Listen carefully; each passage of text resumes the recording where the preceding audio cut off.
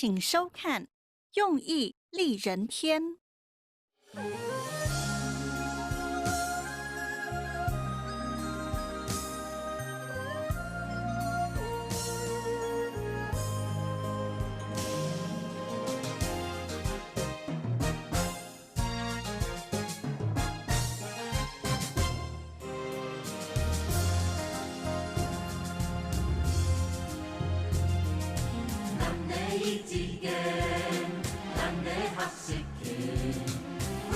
紧守到，为同学来建好，大家学业经，做人处事可安心，做人处事可安心，大家学业经，身体健康心安宁，身体健康心安宁，大家学业经，做事工作可顺心，做事工作可顺心，大家学业经。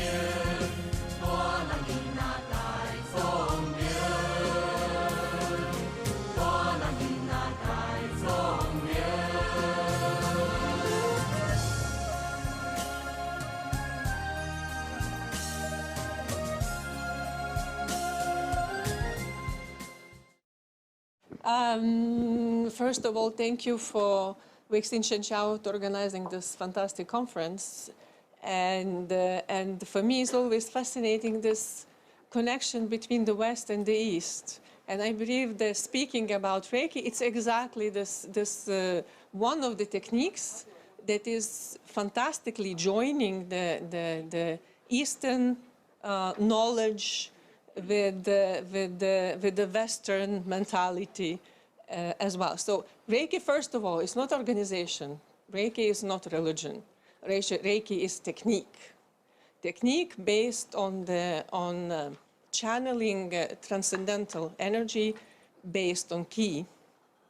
And is the effectiveness of this practice depends on the effectiveness and the spiritual mastery of the person who performs. And what is very interesting, that is, I believe, like here, many people they have the connection with the religion, and most probably you know that Reiki is quite accepted in the West. That when we mention the word, and today we mentioned quite a few times, right? We heard about it at least. Or many of us, in some way, we were like experienced that. At the same time, because there are certain countries which already Reiki is a complementary to medicine, because when a person a sick person gets the treatment, medical treatment, plus the energetic work through Reiki is already medically testified that the effectiveness of the healing is much more effective. But at the same time, there are a lot of problems because the people they don't like it, and most probably pharmacology people or formally formed medical staff, they may not like it and be against it. So. Reiki, first of all, it's appeared in Japan, and it's connected with the word ki, which is equivalent of Chinese ki, which often now we use chi, and it corresponds to one of the two Chinese characters forming the word qigong. In Taoism, chi is the original substance of the universe, and in the Asian Taoist book Lietsu, most probably I'm pronounced not correctly, is attributed to the master also called Lietsu, who imparted his teachings around the year 400 BC, and we read, I quote, there was a primal simplicity, there was a primal commencement, there were primal beginnings, there was a primal material. The primal simplicity preceded the appearance of the chi. The primal commencement was the beginning of the chi. The primal beginnings were the chi beginning to assume shape. The primal material was chi when it began to assume substance, end of quote. At the level of the macrocosm, the universe, the chi guarantees the harmony of yin and yang. In the writings attributed to Lao Tzu himself, we find the statement that 10,000 things carry yin and embrace yang. Through unification by chi, they achieve harmony. Thus, we see that it is the function of chi to unify the appearance, yin, with the reality, yang, of the 10,000 things, the end of another quote. At the level of the human microcosm, chi is the life force that is crucial for our physical and psychological well-being. The great Taoist master Cheng Tzu, who lived between the 4th and 3rd century BC, reported that, I quote, Master Lieh Tzu said to barrier keeper Yin, "The perfect man can walk under the water without choking, can tread on fire without being burned, and can travel about the 10,000 things without being frightened. May I ask how he managed this?" The barrier keeper Yin replied, "This is because he guards his chi." End of quote. Practices promoting the good circulation of chi are as old as Taoism. They include breathing techniques and physical exercises, but they were never presented as separate from self-cultivation and a good moral life. And my presentation today focuses on Reiki, which I believe to be of some interest of the audience, as technique originated in Eastern Asia, but today is much more well known in North Africa, in the Western world in general. North America. In general, Western world. Africa. Oh, I'm sorry, North America. And the Western world in general, more than in Asian countries. And this indeed a paradox that Reiki, which accordingly to scholar estimates, has around more than 1 million practitioners in the West, and is almost unknown in Japan, the country where it originated. Justin Stein, in a recent article in the journal Japanese Religions, reported that Reiki is now slowly coming back to Japan from the United States as part of the phenomenon of so-called Japanese New Age. Conversely, an increasing number of Western Reiki practitioners visit Japan and somewhat reconnect with the early origins of Reiki and the specific places where it was first taught. However, the name Reiki still does not ring a bell among many educated Japanese, including those with some interest in spirituality. The story of Reiki is not easy to reconstruct. It has, of course, as always, the mythical version, and there is a scholarly one. Myth are symbolic tales conveying spiritual truths. As opposite to myths, more often typical of the narratives spread by spiritual practitioners, scholarly accounts rely on archival research and documents. Practitioners may object that scholars may have their facts right, but they are something missing. Practitioners of Reiki are mostly familiar with the story of its founder, a Japanese man who died in 1926, called Mikao Usui. A crucial figure to whom I will return. And the person who really talked about Mikao Usui was a lady called Hawayo Takata.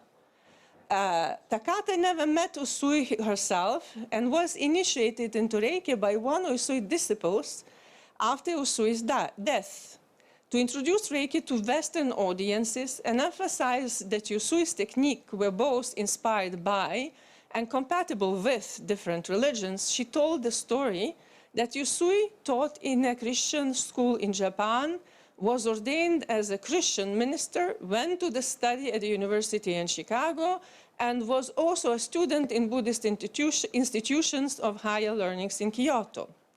The scholarly version of Usui's life has been reconstructed by several academics, and particularly by the monumental doctoral dissertation of Dutch scholar Georgian Jonker, published in 2016 after years of research in Japan. Several Japanese archives were destroyed during the World War II, and holes remain in Usui's life's history. However, Jonker and other scholars established to the satisfaction of the scholarly community that Usui never traveled outside Japan, never attended the University of Chicago, was never ordained as a Christian minister, and did not study in Kyoto, although he taught for a while in a Christian school in Japan, cannot be excluded. The essential truth of Takata's version, beyond the mythical details, is that compared to many educated Japanese of his time, Usui had an exceptional interest and acquired an uncommon knowledge of different world religions, including Shintoism, Taoism, Christianity, and Buddhism. And he was a truly interreligious experience.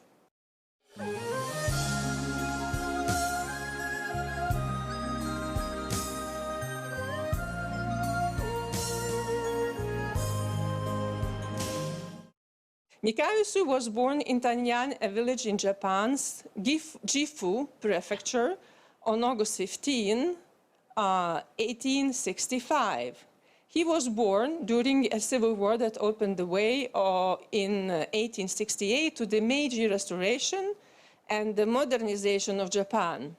The early stages of the Meiji Restoration also saw the imposition of Shinto as a state religion and the persecution of Christianity and several schools of Buddhism.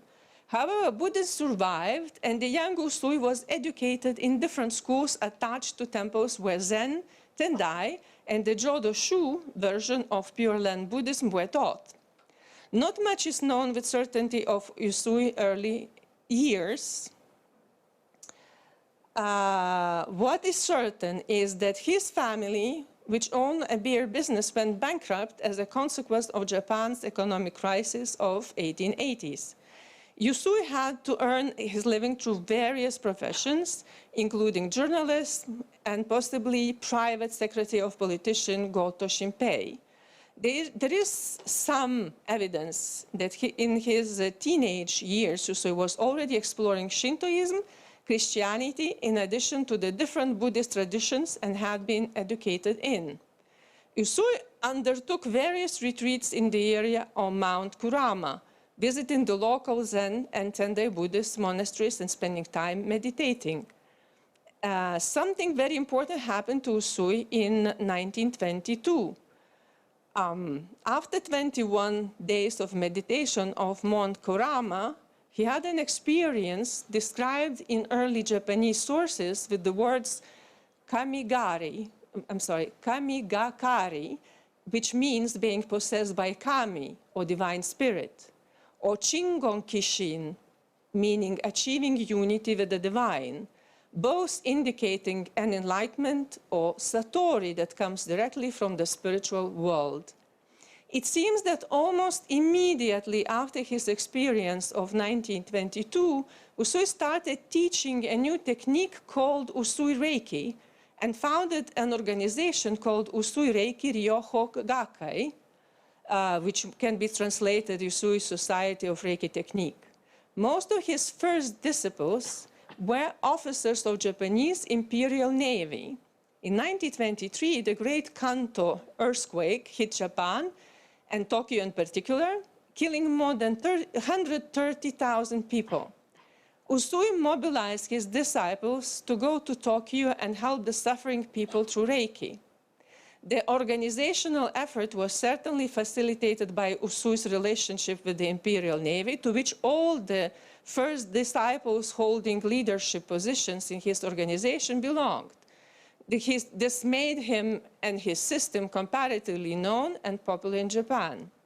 From 1919, the Japanese government cracked down on new religious movement, fearful that some of their leaders may rebel against the authorities and even usurp the authority of the emperor, an accusation directed against Omoto and his flamboyant leader Onisaburo Dekushi, who was arrested in 1921. Although some members of Omoto practiced Reiki with Usui, the later emphasized that the system both was not a religion and had no implications with politics. In an interview he gave in 1925, Usui called Reiki a technique, Ryoho, a word which was also part of the name of his organization. He also emphasized in the interview that Reiki was not a form of medicine, although it can assist in healing. By 1925, in fact, a movement supporting Western medicine and attacking traditional healing techniques as a way of practicing medicine without a license had gained the support of Japanese government. Not only new religious movements, but also groups offering healing and not led by licensed medical doctors were suppressed. In an interview, Usui said, I quote, "Our Reiki technique is an original therapy method using the power based on Reiki, which is a universal power in the universe," end of quote.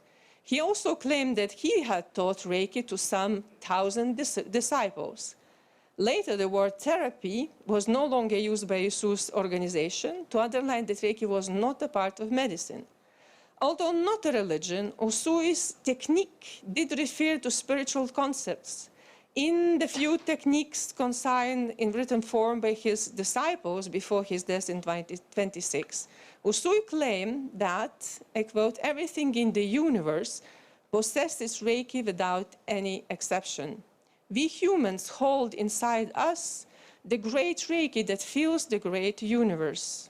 Humans are a microcosm that takes the great spirit from microcosm, takes the great spirit from macrocosm. Everyone holds a part of this great Reiki in his body," end of quote.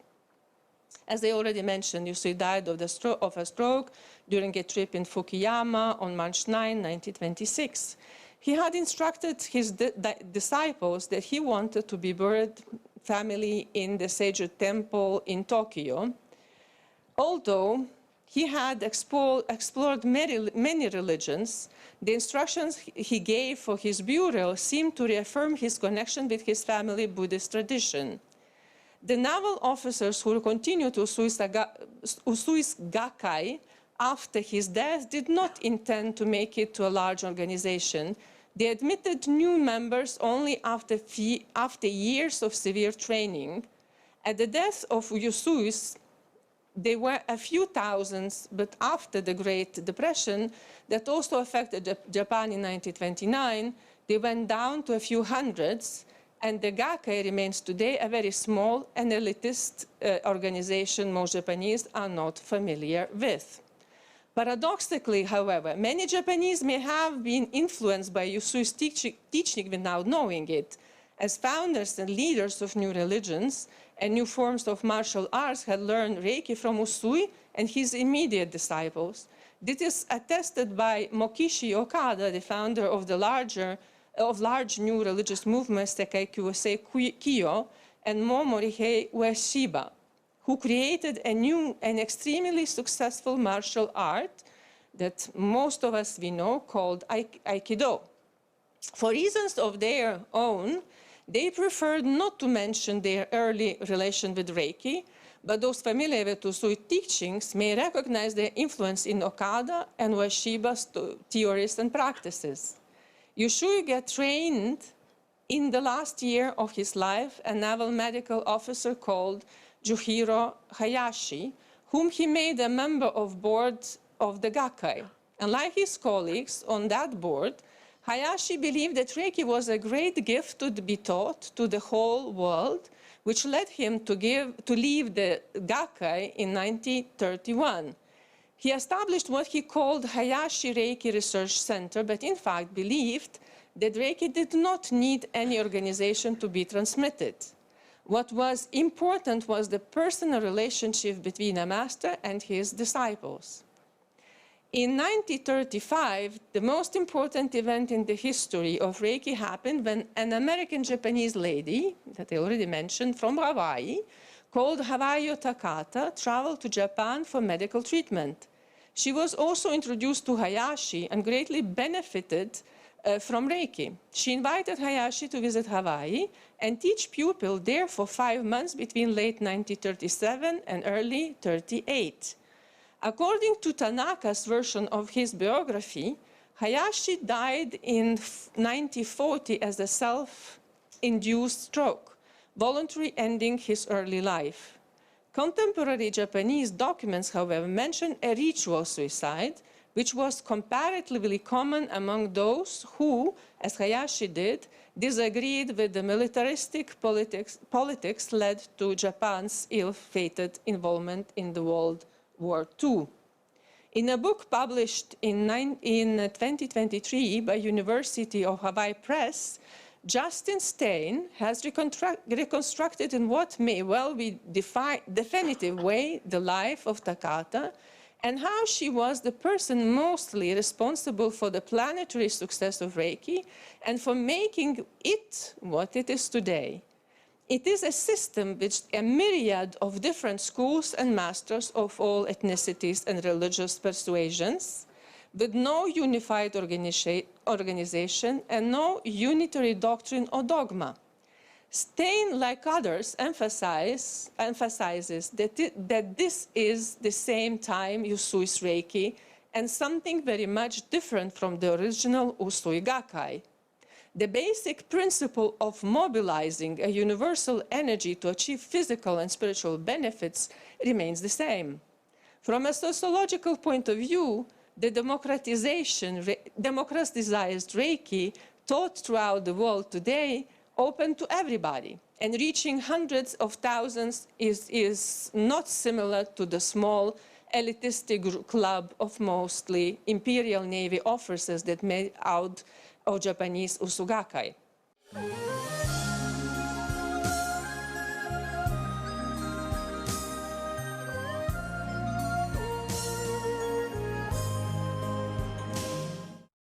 Stein also criticized the two main interpretations of Reiki by previous Western scholars.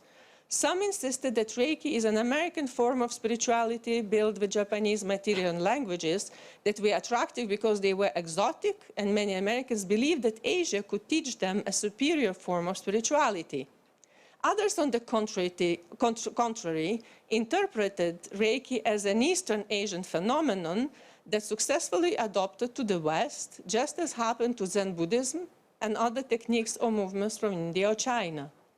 Stein believes that neither of these interpretations is adequate. For him, Reiki is a Pacific phenomenon and a fruit of the continuous trans-Pacific cultural interaction in the 20th century between the West Coast of the United States, Australia, New Zealand, and Asia. Not coincidentally, Takata was from Hawaii, which had a pivotal role in those exchanges.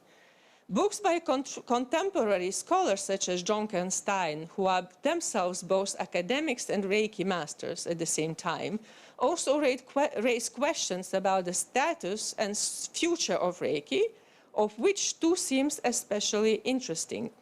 One is the fact, which is confirmed by the statistical surveys, that there are many more women than men among the Reiki masters internationally.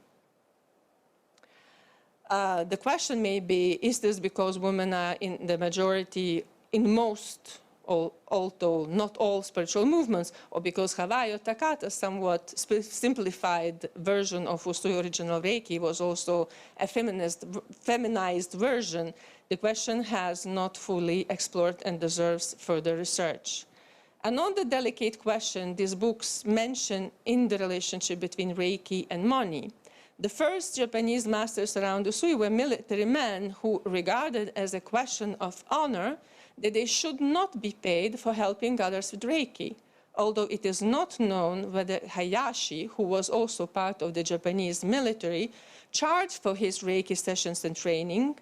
He did suggest, as the practice expanded beyond its original small circle of the Imperial Navy, it might be appropriate to require payments, not only for material, but for spiritual reasons, as what is not paid for might not be fully appreciated.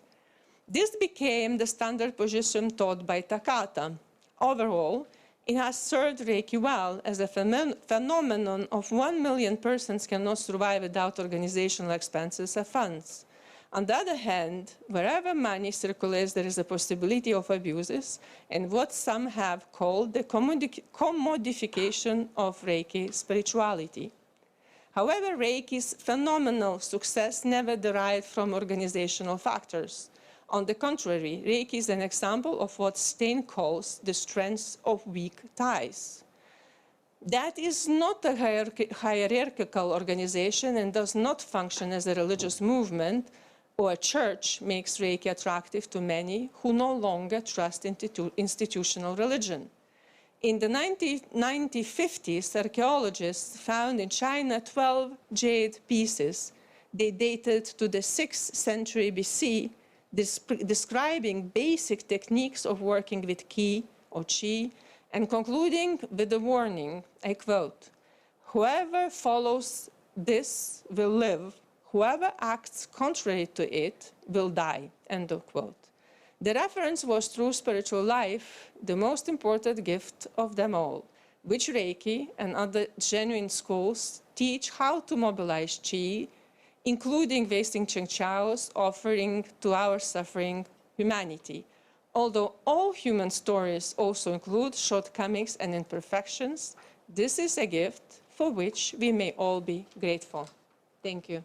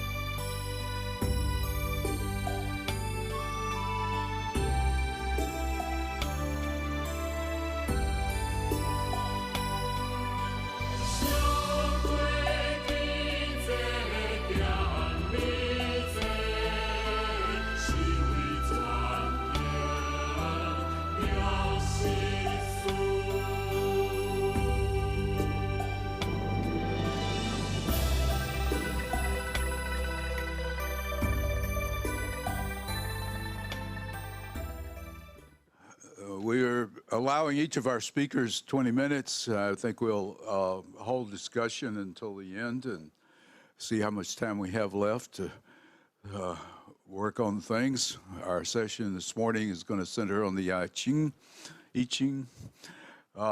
So Professor Daniel Paracka is our first speaker. Daniel, you're on. Okay, should I stand over there? Yeah. It's a great pleasure to be here and the opportunity to speak with everyone. I was really impressed with Master Yuan Yi's divination.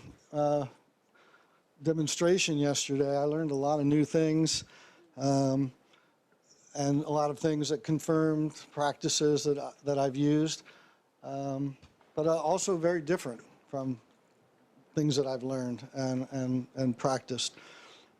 First time that I ever really tried to do a divination was all the way back in 1986, and I was serving as a Peace Corps volunteer in Sierra Leone, West Africa, and we had a rest house area where the Peace Corps volunteers who worked in the one region of the country would gather in the city of Kabbalah. And volunteers had been coming to Sierra Leone for 20 years, and they would leave their books in the rest house.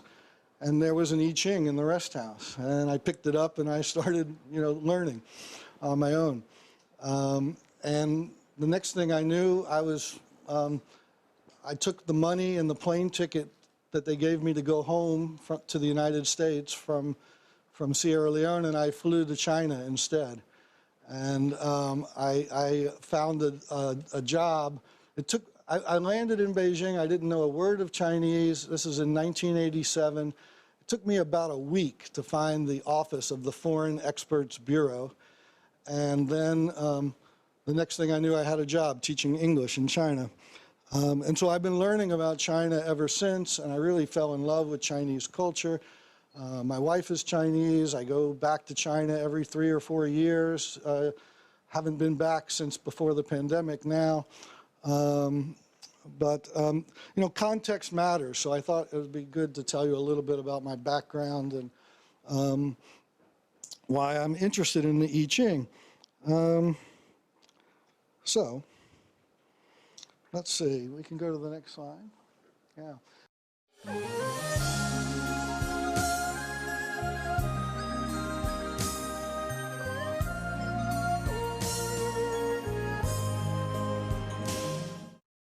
These are all the things I'm going to try to talk about today. The most important is this relational context of the hexagrams and trigrams and the teachings, the 3 teachings. So is what interests me, that Buddhism and Taoism and Confucianism have lived together and learned from each other for a very long time. And in China today, or in the 80s when I was there, you ask people about religion and nobody says anything. They don't know, they're not practicing religion. But they're all practicing all of the values from these 3 traditions, and it's a very lived experience. And so, my belief is that to understand the I Ching, you want to understand the Taoist perspective, the Buddhist perspective, and the Confucian perspectives, and how they might inform each other and create something deeper. And all of them focus on the middle path in different ways of equanimity, of being patient and calm, and having emotional intelligence. I'm going to talk about that. And I'm going to talk about the first 12 hexagrams, which is a lot. Well, hopefully I'll get through that many. It's quick, I think, overall. And they appear often as opposites. Qian and Kun, the first 2, right? They're all solid lines, all broken lines. They're the inverse. They look like opposites, right? But they have so much more in common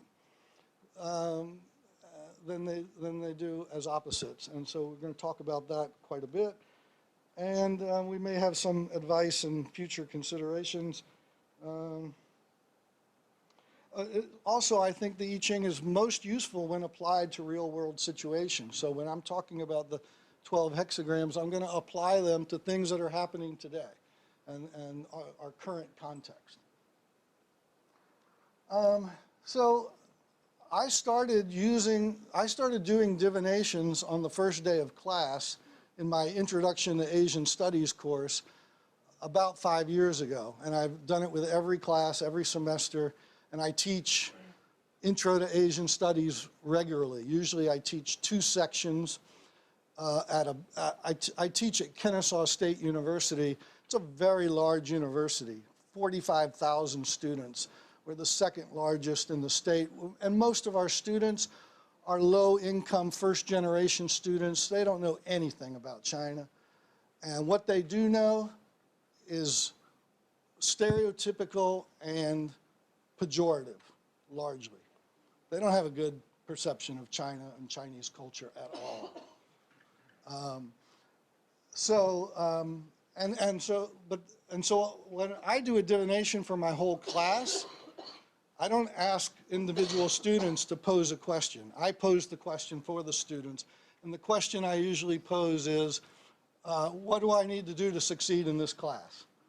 And you know, the I Ching doesn't say read your assignments, but it, you know, it always gives good advice. And whatever hexagram you get, 64 hexagrams, all the advice is good advice, in my opinion.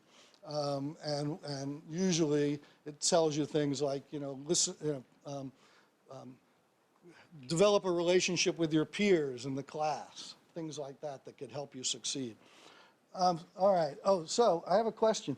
What is this a picture of, and what stands out to you about this picture?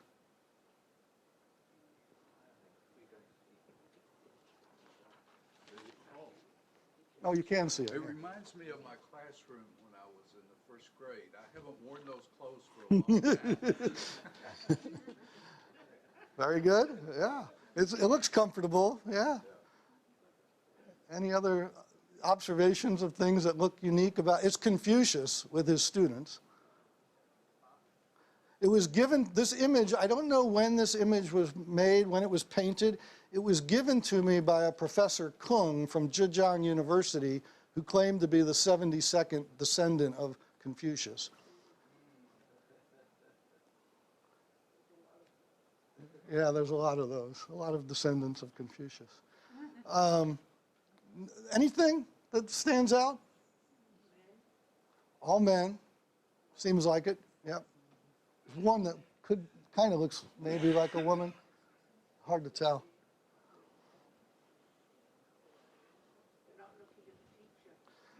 Yeah, everybody is looking at this thing in the middle, right, in the foreground. What is that?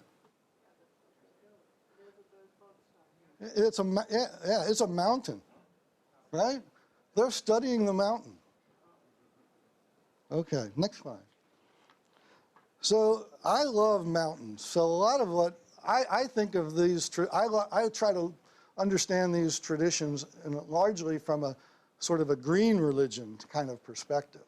And I love being in the mountains and hiking. I've taken groups of students to hike the sacred mountains of China. We've visited lots of really cool mountains over the years. And this excerpt from Dogen's famous Mountains and Waters Sutra was written 800 years ago, right, or close to it. And really what he's teaching about here, I think, is diversity and inclusion. You know, every mountain is different. Everyone's unique. The flora and fauna that grow on each mountain, the microclimate ecosystem of the mountain is different from one to the next. But at the same time, all mountains, you know, we understand what a mountain is when we say mountain, right? So there's some unity, there's some uniqueness, and that's why I just thought it's worth. I'm not really going to talk much more about that at all, but it's important. So I think of the I Ching more as a wisdom text than a divination text. I'm not really a religious studies scholar. I'm more of a historian and interdisciplinarian and interculturalist. You know, again, this Buddhism, Taoism, Confucianism, they're embedded in because the I Ching is, the I Ching starts around in the Shang Dynasty, 5,000 years ago, right?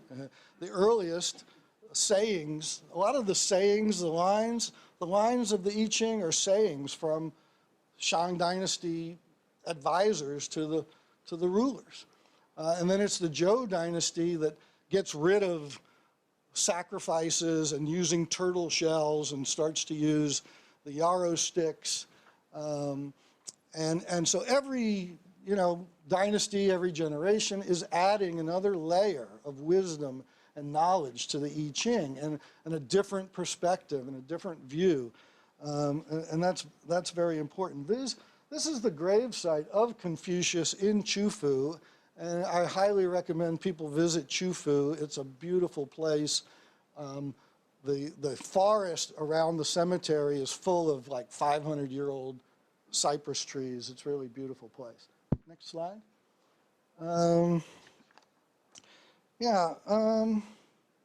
So what appears oppositional is really more about transformation and balance and symbiotic relationships, syncretism.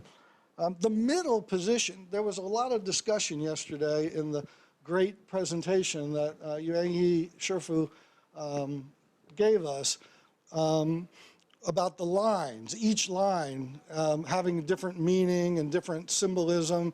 And the lines can be temporal, like the bottom line is usually like first and what's happening now. The top line is sort of, the future or what's next.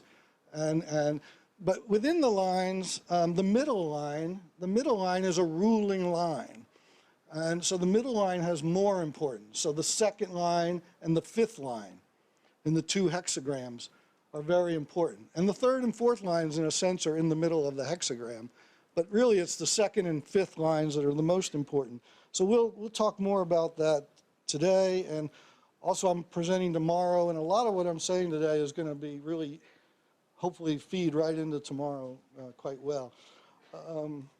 So the middle path is very important. My wife and I are having an argument about the middle right now. She said, and I'm sure I'll mispronounce it, but 中间派老好人, that trying to be in the middle gets you in trouble, is her position. Like because if you're trying to be in the middle, it's not genuine or authentic, right?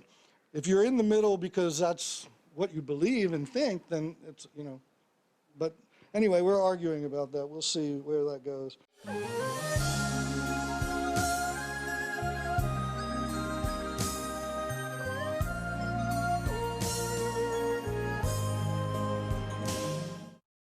But I want to focus more on process than position. So the lines, the hierarchy within the lines, the positionality of the lines, it's important. But to me, what's more important are the trigrams. Next slide. So the trigrams that all represent elements, right, of nature. The heavens, water, mountain, thunder, wind, fire, earth, the lake or wetland, those things are more important to me. And the imagery, because when you combine two of them, when you have thunder over a mountain or heaven under a mountain, right, there's symbolism. And this is where the interpretations come from over time. Interpreting the symbol of what it means when there's water over a mountain. So we're going to talk more about that. Next slide. So again, it's really a layered text. It's a relational text. It's an interpretive text, in my opinion. All of this is my opinion. I've studied as much as I can. Nothing is my opinion in that regard, right? No idea is original. But, and the three teachings, so the Confucian advice is usually around social justice and responsibility, ethics, respect, integrity in our relationships, right? And the Taoist advice is non-interference, right? That you find balance by letting things be, in a sense, and you're receptive and open, right? And you're especially looking at nature. And the Buddhist advice emphasizes empathy and compassion particularly.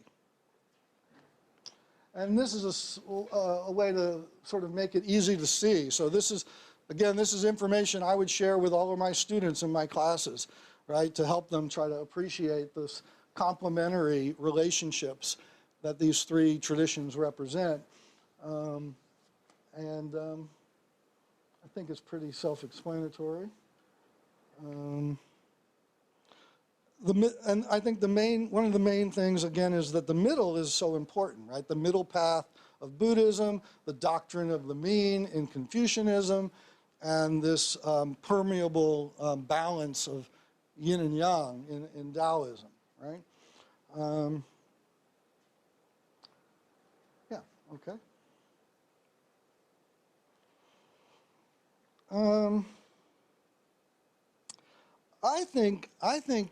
I think about yin and yang very scientifically, if that's allowed, in my opinion.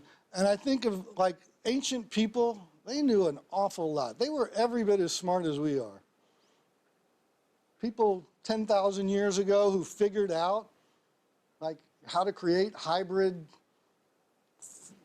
agricultural foods and raise food, you know, they were paying a lot of attention to the sun setting and rising and the shady side of the mountain, the sunny side of the mountain, and the different flora and fauna that live on the different parts of the mountain. And there are some animals that, you know, they stay on one part of the mountain for part of the day and they go to another part of the mountain on another part of the day, right? So there's this constant change and heating and cooling, the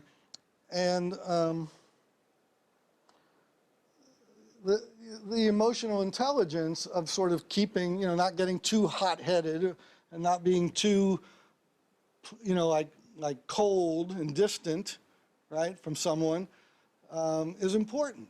And I really like this quote about the Chinese worldview, promoting transformation rather than stasis, alignment rather than discord, prosperity rather than poverty, and authentic simplicity rather than spurious adornment.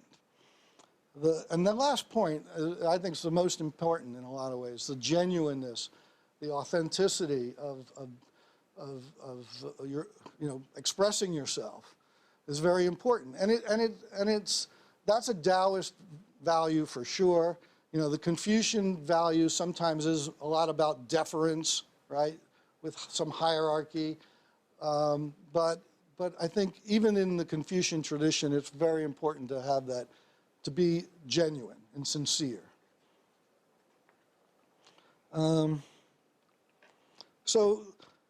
This equanimity, this composure, very important again. Jack Balkin, could you jump all the way to the very end for just a second? Just keep going all the way to the end.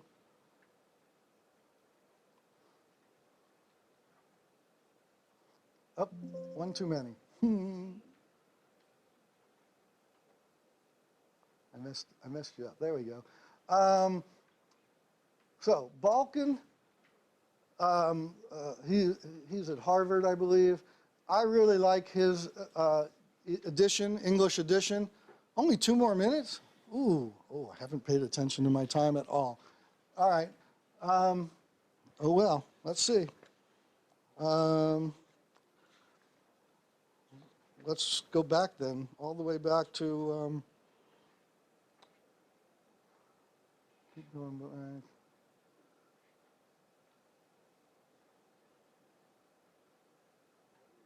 Okay, right there.